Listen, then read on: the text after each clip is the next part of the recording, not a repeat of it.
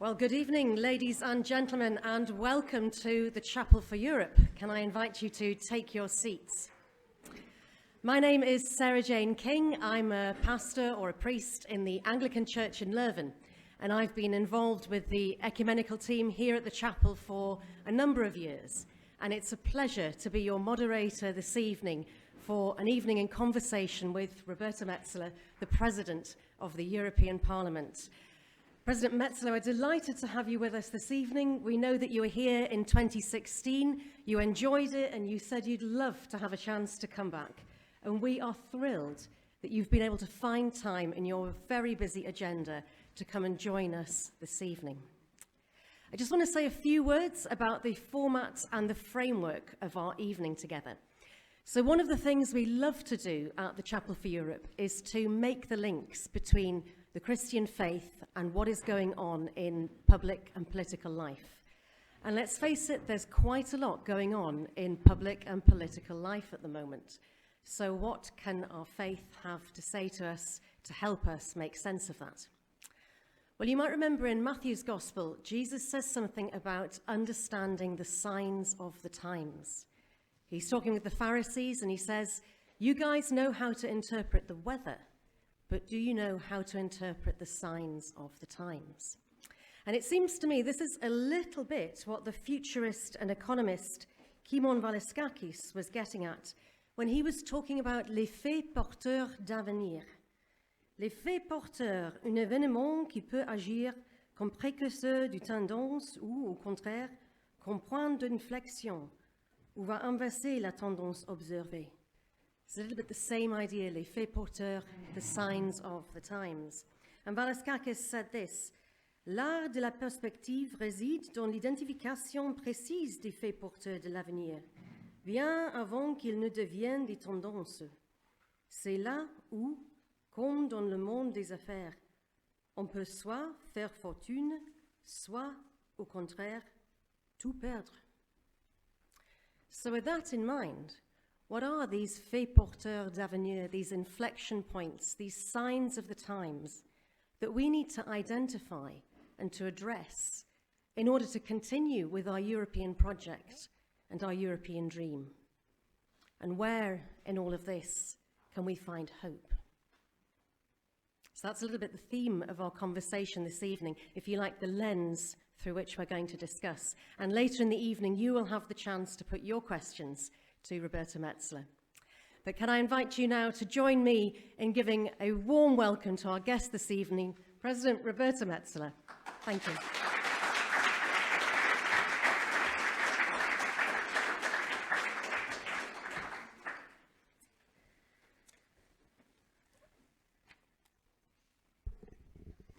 President Metsola, I'd like, if I may, to begin with Russia's war in Ukraine and Europe's response to this war, which have really dominated the news and the political debate.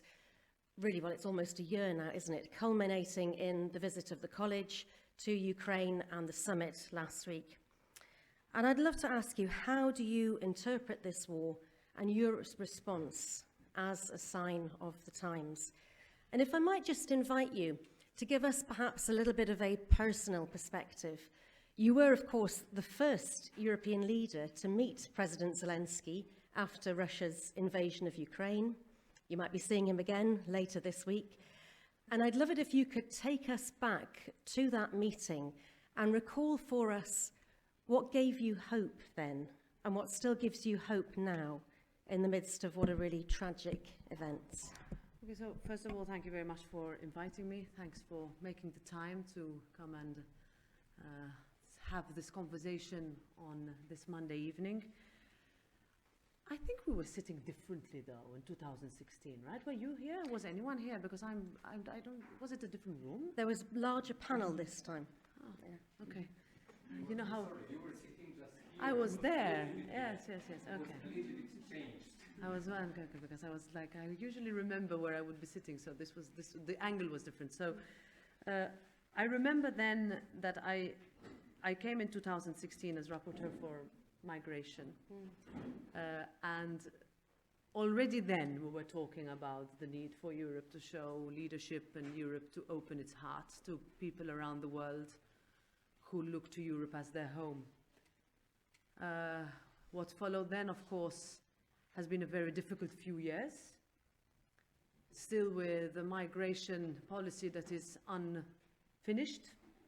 I use that word liberally and also with hope that it will be.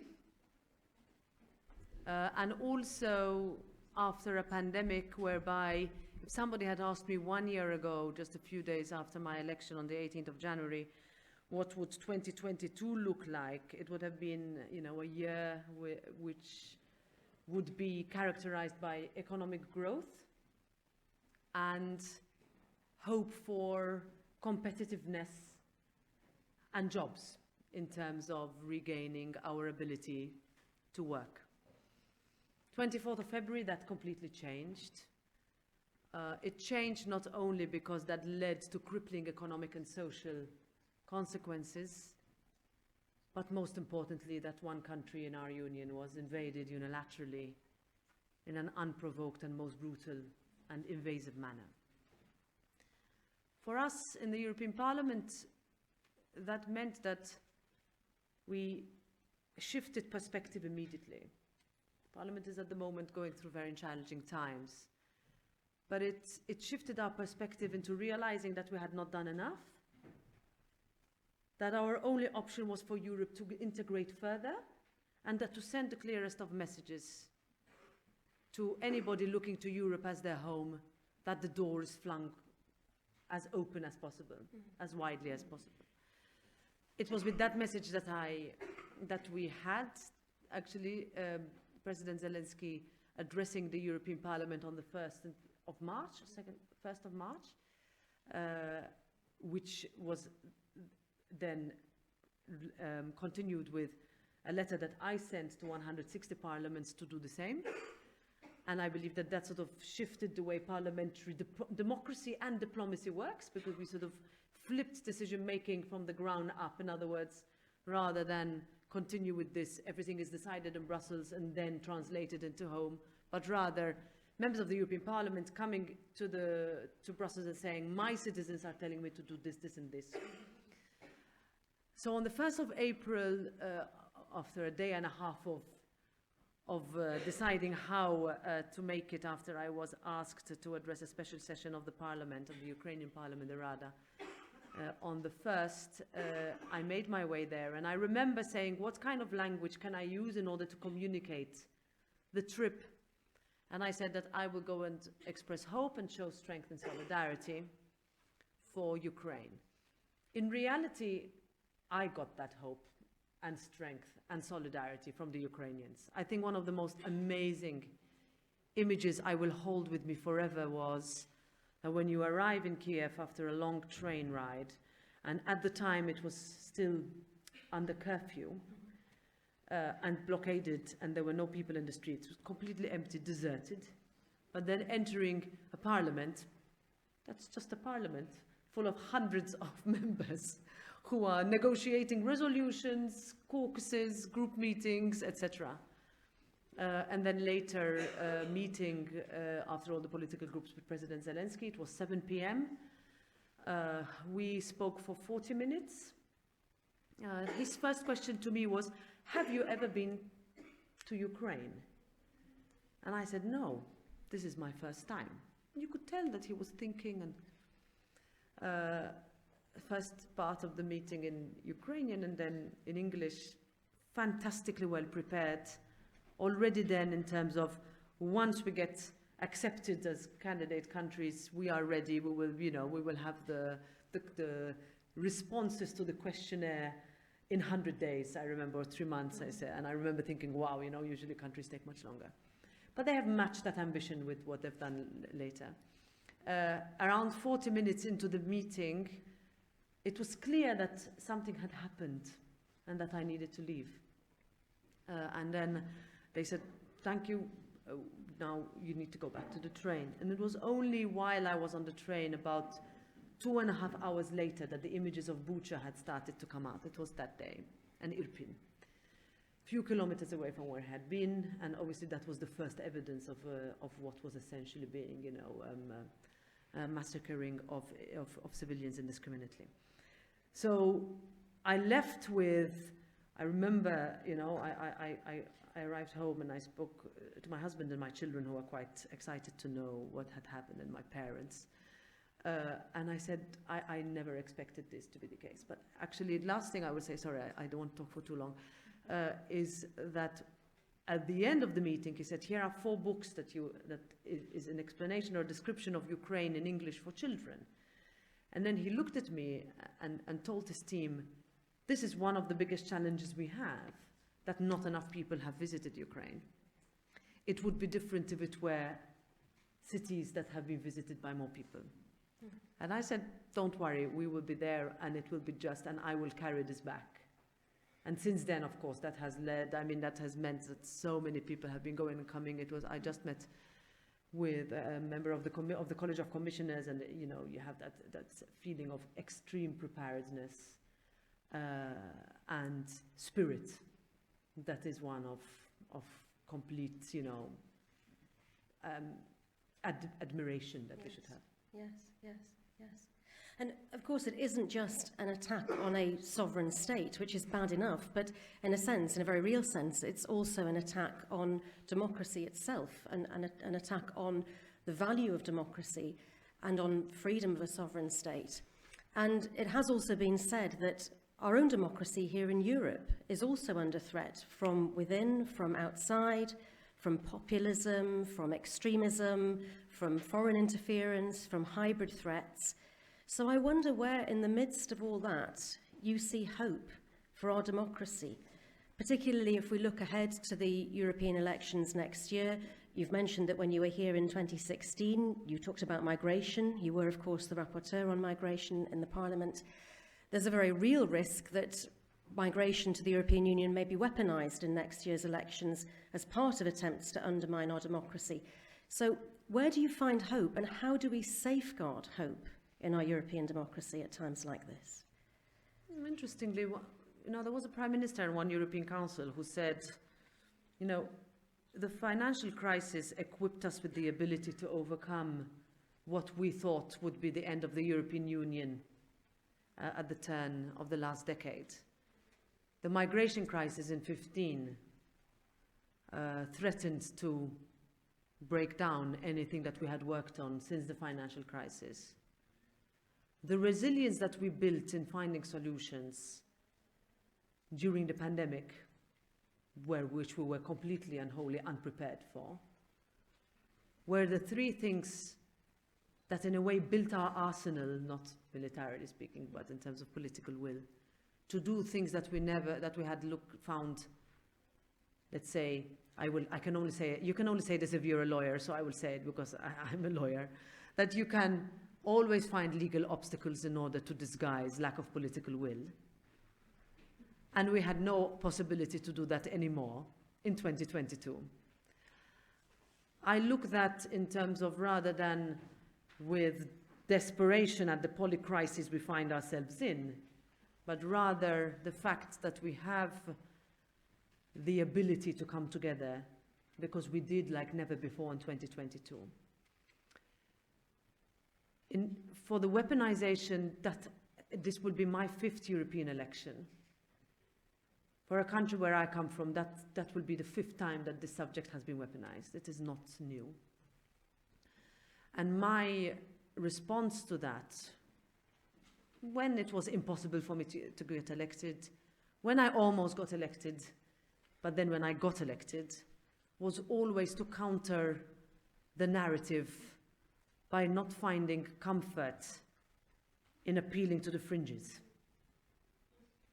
And that you cannot underestimate how easy it is to give comfort to those fringes with a one-liner of intolerance. It is harder to go the middle road, to say, look, let's understand that this is about protection, that this is about freedom from persecution, that this is about realizing that for millions and millions of people, Europe remains the only option. while at the same time having an effective returns policy and having secure external borders, but never losing sight of the fact that behind numbers there are faces, there are families, there are parents.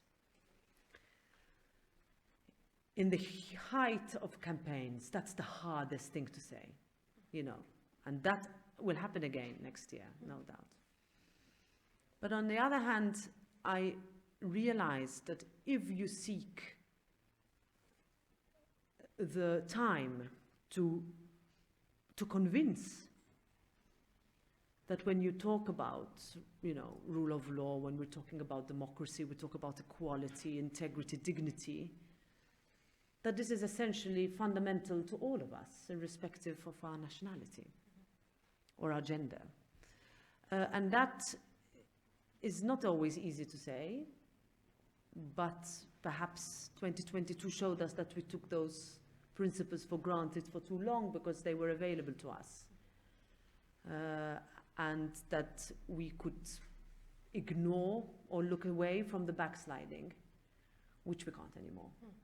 So in a way, I find hope into thinking that it's something we've managed before, and now that we are living in a time of polycrises, not crisis, we just have to manage them all, because we have no choice. And that idea that that resilience that we have built up will help us in the future. Yes, I'm convinced of that. We are more tired, but we're better equipped because we found solutions that we thought were never possible because we simply didn't want to in the past. Speaking of finding solutions that we never sure were possible in the past, if we're thinking about democracy, I have to ask you about Qatargate, and really, what does that tell us about integrity and accountability in our public life at the moment?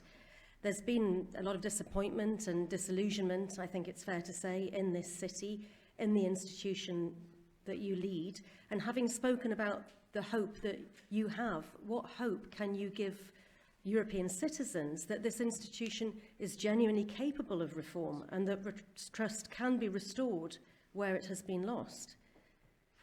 It's interesting because last week I was in Ireland and I wasn't asked this question. So at the end of my trip, everyone said, have you addressed all the issues? I said, no, you have not asked me the question that I have been asked since the 9th of December. I said, so I will bring it up myself in order to make it clear that this is not something that I hope will go away by the passing of time. It is against that background that I have been living day in, day out since that fateful 9th of December in the morning, which was one, I think, of the hardest days that we had to live through, but one where it became immediately clear that it was not only the integrity of our institution, but the integrity of, you know, the European Union that was at stake, and we were responsible for it. So our response had to be quite immediate, had to be drastic, had to be, of course, proportionate in terms of the legality of the procedures that we took and the presumption of innocence and the allegations. But that, of course, meant that we needed to send the strongest of message that this Parliament stands for: integrity, accountability. The reason why I was a little bit late and I will need to rush away is because I need to have a set of urgent measures that will have to be agreed tomorrow and the day after by the group leaders, and I'm at the moment, let's say, polishing them. This, of course, does not preclude more measures in the medium term and the long term.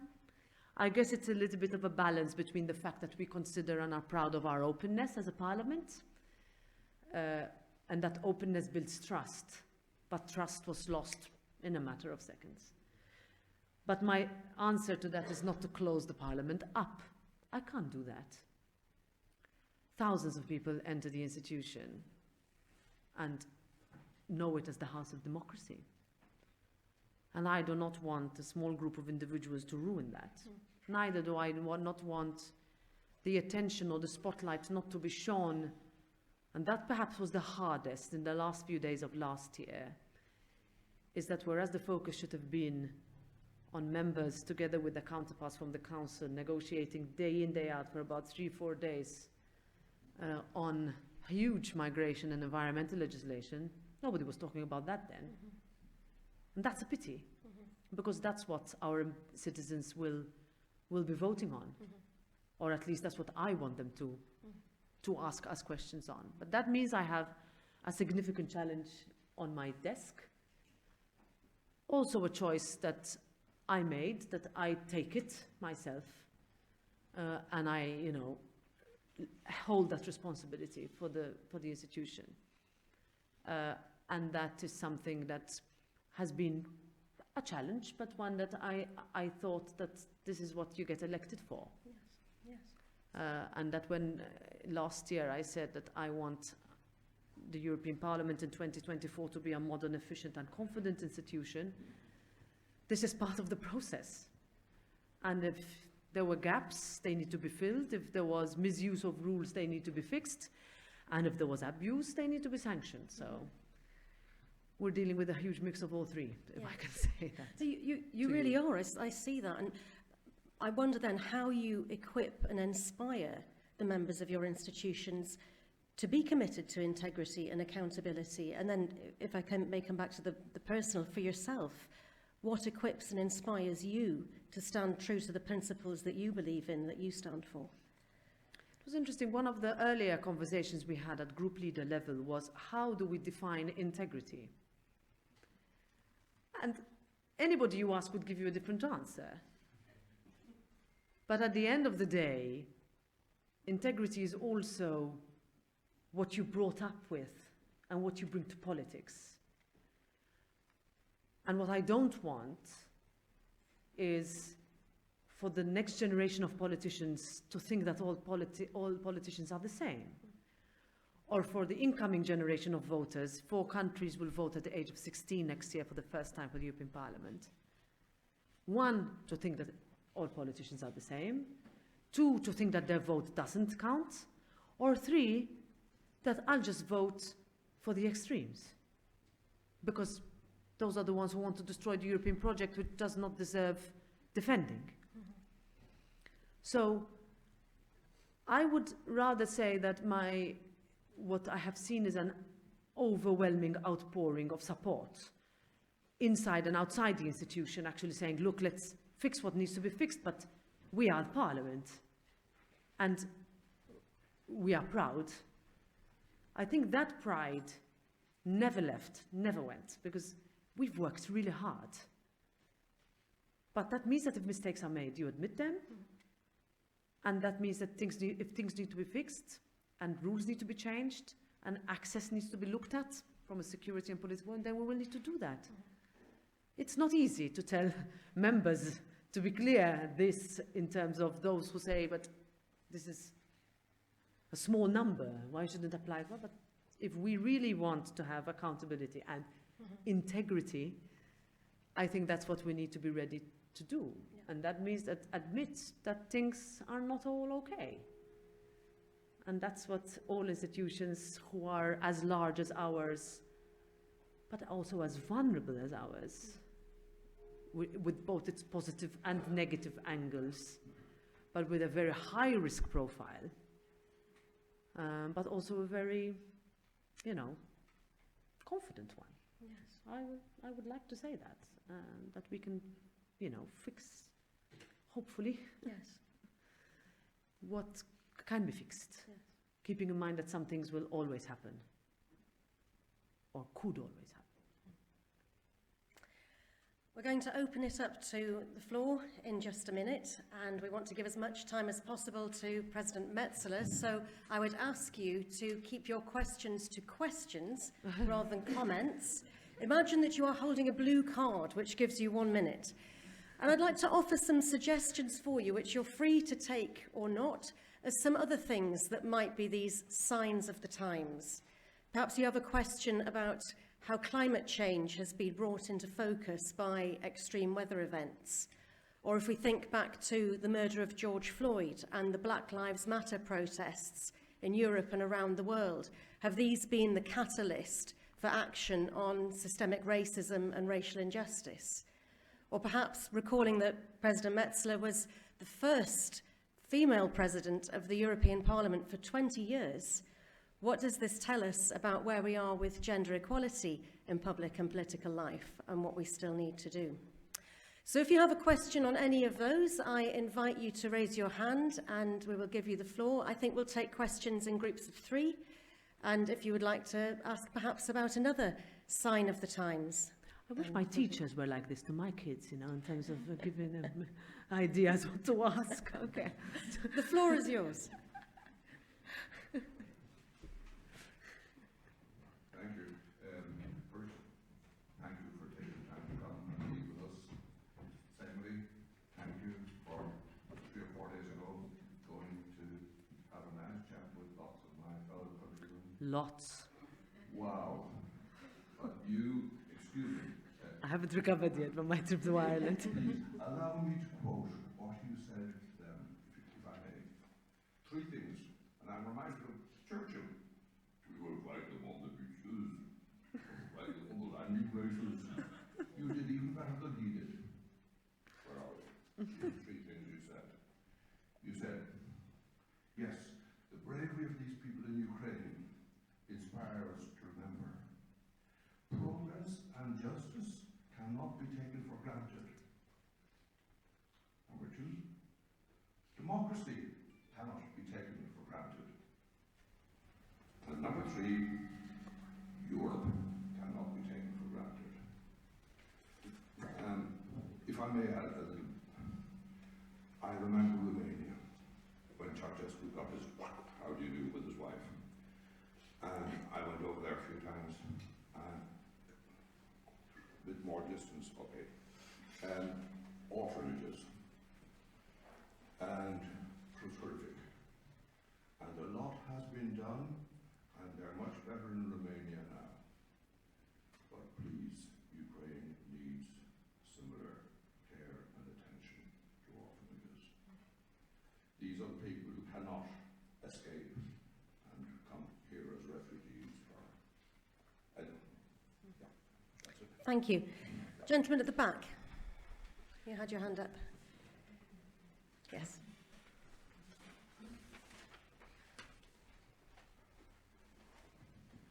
Thank you very much, and thank you, Madam President, for coming over. I'll be brief as you told us to do. I would just like to ask you a question about a European country which is not a member of the EU, which is Armenia. My question will be brief. Because of the war in Ukraine, of course, we had to cut off from the Russian gas, and we replaced it with Azeri gas. Azerbaijan is, I would say that's an understatement, not a fully blown democracy. So I would just, there's a provocative sentence that was said by a French journalist, I'm French myself, I'm not Armenian, which was, is 1 liter of Azeri gas was 1 liter of Armenian blood, because that's what's happening in Nagorno-Karabakh or Artsakh or and in Armenia as well. So that's no provocation to you. I really very much appreciate you being here, but I would just like to hear your position on what is to me and not so fair is a Christian deal with Azerbaijan. Thank you so much. Thank you. Do we have one more for this round? Yes, lady in the middle. Thank you. I'm Katrin Hatzinger. I'm working here for the Protestant Church in Germany, and as a church representative and knowing you to be a Christian as well, I was wondering what are your expectations towards religious organizations and churches in these times of holy crisis as we described them already extensively this evening, and do you get maybe some hope also from the commitment of churches to EU affairs? Thank you. So in that round we have questions about the support for orphanages in Ukraine, thinking back to what's happened in Romania. We have questions about tensions between Armenia and Azerbaijan, particularly in the context of the need for energy sources. And we have a question about the role of churches in poly-crisis times. So, want to speak into any of those? On On the first question, you are very right. This was already a concern that we had at the very beginning of the war. We were concerned about missing children, actually, which is one of the biggest problems that we have, challenges that we have in the European Union, which is why we are close to an agreement at the moment on the Eurodac regulation, which will allow the possibility, but that has been blocked for years, for there to be a documentation of all ages of persons that cross our borders that have not been possible for a long time, because it was seen as a security rather than an asylum measure, which I always argued differently to, because this is about protection of children, and it's a cause that has been very close to my heart since I got elected 10 years ago. There was a resolution that was adopted last plenary on Nagorno-Karabakh. It was an urgency. That's not to say that we voted on an urgency resolution and then will not do it in the Foreign Affairs Committee. It is a specific something being looked at by the Foreign Affairs, but also by the Industry and Transport and Research Committee. My answer would be that we should not move from buying gas from our, adversaries to new adversaries. And that is something that I think should be very central to the concern that we have in the type of agreements that we make. We have managed to uncouple ourselves from Russia quite significantly since February last year. There were countries that were almost 100% reliant, but are now not anymore. But going back to what I said earlier, Ukraine had been connected for a long time and then was disconnected. And new routes are being found. We need to become more interdependent as in EU, but we're not there yet. But again, if we buy energy, we buy it from our friends. On religious organizations, Catherine, thank you. Long time no see in a way, but we spent a year working together since I was Vice President in charge of Article 17. It's quite a specific question, and I wouldn't say no, but in a way, it's in a country where I come from, it's without organizations such as yours, we would not have survived COVID. Without that shelter being given and the renewed focus now on mental health, but also on the fact that by far the victims of the pandemic were women, in going from breadwinners to carers from day to another, without their choice. What I have seen since I've been elected president is that if there is one very organized, and this is a compliment, organized sector is yours. Whether it is on the conference on the future of Europe, where the positions were clear, or in the fact that recalling that humanity, needs to be at the core of our politics, and that the value of our fundamental freedoms are sacrosanct, if I could say. But it's rare, actually, that it comes to, that a question is put to me like this. And perhaps it's worth reminding. And I'm well reminded now. Also, that means that I have to speak to my vice presidents in charge of the dialogue to make sure that we're on track. But it's important now that you remind me that this will mean that we might need to also find language that is necessary to be used during the 2024 election campaign, also from a local perspective. Since no one took the bait on the 3 questions that I suggested, I'm going to use my privilege as moderator to ask you if you'd like to pick one of those, in a sense, to ask yourself, if we're thinking about signs of the times and responding to signs of the times. We've seen climate change really brought into focus by extreme weather, The Black Yeah, Lives I Matter remember. And protests the haven't first female stopped. president, And yeah. yes, exactly. On climate, I take pride in the European Parliament being extremely ambitious, if anything going further than proposals that come to us from the Commission, in order for us to put more pressure on governments. What has been surprising, however, to me, in a positive way, is that the switch from let's try to delay as much as possible to if we invest faster in renewables, we'll be able to become more self-sufficient, happened quicker in the last year. And it's that momentum that we are taking also in the investment and Repower EU and the reassignment of previously what would have been known as specific types of funds into this area. But that also matches the fact that for many electoral cycles, our young generations have asked us to deliver more ambitious targets. That doesn't mean, however, that you sort of move away from keeping, for example, and this is a specific thing, our agricultural sector in the heart of our environmental policy. This is very dear to my heart, because what I don't want is any parts of our society that have already felt that they are, let's say, looked away from because our politics is generally targeted towards metropoli.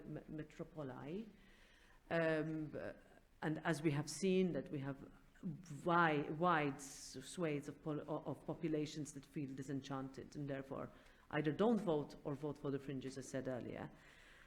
So that, for me, would be coupled by a dual legislative but policy, electoral track, in order to show that actually, if my country was alone in trying to reach an ambition, this is a global challenge, and it is with that globality that we need to act.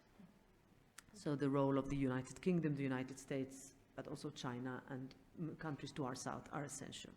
But Mercosur will play a big part of this debate. You know, how does this affect?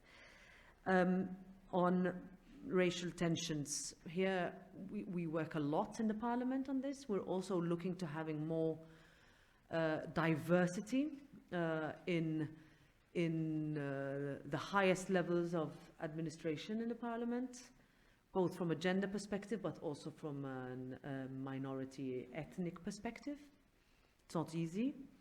Not easy, but I think that we can start at least to reach some of the targets that we have failed to reach. This is not only something that is unique to the Parliament, rather the opposite. And moving on for the first, I mean, I remember Nicole Fontaine as president, and I remember thinking, you know, at the time when there were hardly any female presidents of Parliament. There are quite a few of us now, and we organize ourselves quite well. And when we lose one, you know, we say like we need to keep the number sort of stable. But I think that also, and I would also, and this is, it's great when we are asked, and if you think that we have the first ever woman president of the European Commission, but also that for the European Parliament you wait 20 years is not something that should be, you know, something that we, let's say, think that is going to be okay forever. But on the other hand, out of 14 vice presidents, 8 are women, and out of 5 questors, no, actually now 7 are women. Sorry. And out of 5 questors, 3 are women. So I think that's also something that we should pride ourselves, take pride in. I don't know whether we have time to go for another round of questions or not. It's 7:15 and I'm conscious of your... And then I have to leave. If there's only one more, then I'm going to again use my privilege as moderator. No, why? One, okay, one from the floor, and then may I still have one afterwards? You always are my children. It's Lady at the front, yes. You had your hand up before. Thank you, very generous. Sure. Thank you very much. You are a role model for many women and girls. And I wanted to ask you a more personal question. how, as a mother and politician and a woman in this very special role, you find your own integrity, and do you have time for reflection during the day? What is the source of your strength, as we see it at least from outside? Good, I'll take that. What I like very much about this question is it's pretty much the question I was going to ask you, which is that you've spoken about, you know, the hope that you have, and I wanted to ask you, what is it that gives you hope? And as we heard this question, yeah, what do you draw on to find your strength throughout the day? I have one thing I do every day when I'm in Brussels, and that's taking my children to school. I drive my own children to school. I insisted on that. I fought for it. No, I have it. And the drive is divided between 7 minutes of intense fighting in the back seat. And then I have a choice. I listen to audiobooks. It's my thing I can do. It's difficult to read on planes and because I'm always on the phone, but audiobooks I manage because I love to cook. So while I have time for myself, I can also listen to books. And I listen, I'm a huge nerd, but I listen to political autobiographies and I study elections. So that's what keeps me going. Nobody believes me, but it's true. I love to study elections, so I really study the individual, and I study individual elections in different towns and cities and anywhere in Europe, outside, and so my doctorate and was about literally how the type of election can result in how politicians are. So that's what I do.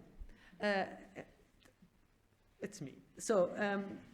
But I'm also a mother of 4 boys, which means that I start the day before this fist fight in the back seat with, my 2 older ones who are late every day to school. And they go to the European school. I hope I'm not saying anything. But I hate to receive emails from the school saying your kids were late again. And there's a limit to what I can answer. So that's really that challenges me quite often, especially when I'm not here, which means that I have to rely on my kids' ability to wake up, which is 0, no matter what I do, because they are 15, 14, 10, and 6, all boys. I take a lot of comfort from the fact that my husband is a great supporter, and my mother and my mother-in-law are also. I married a Finn, so we have a very, scheduled part of the household and an unscheduled part of the household, but it works very well. Balance works. So I think it's a bit of, a hit and miss, huh? Yeah. And I hope for the best.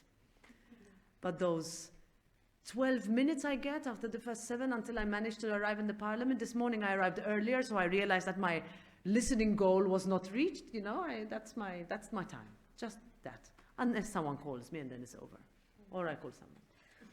As a mother of 2 boys myself, I can completely relate to this. I married a Dutchman, so I'm similarly grateful for the organisation in the house. And I recommend the Pray As You Go app. If you like a podcast that is about 10, 12 minutes long. The what? The Pray As You Go app. Does anyone know that app? It's really nice. Readings and questions. Pray As You Go. Little readings and questions and meditations to start your day. Oh, really? Yeah. Oh, maybe I should do it with the first part of my drive. Okay, thank you very much. President Metsola, it's been an absolute joy to have you with us this evening. And if I may just give the floor to Christian Silva, the director of the chapel, to pass on his thanks as well.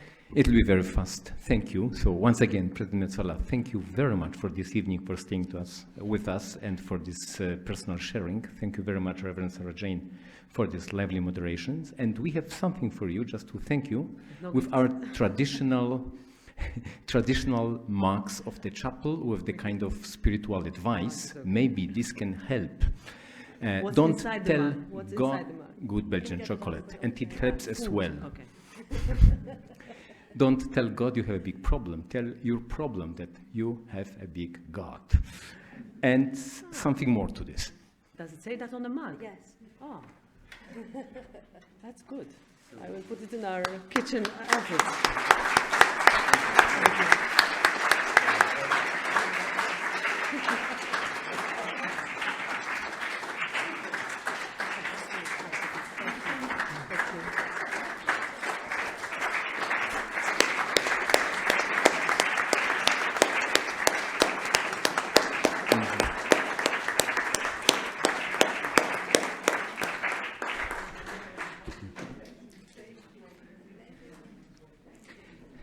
So thank you very much for coming tonight, for staying with us tonight. You have received short information about the chapel for those who don't know the chapel yet, so you can have a look later.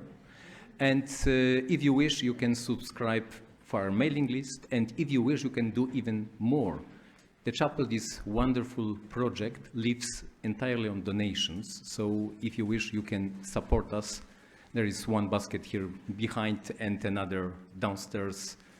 And there is also some online possibilities. And now I would like to invite you to get downstairs for a drink and chat to share our friendship. Have a good evening and come again.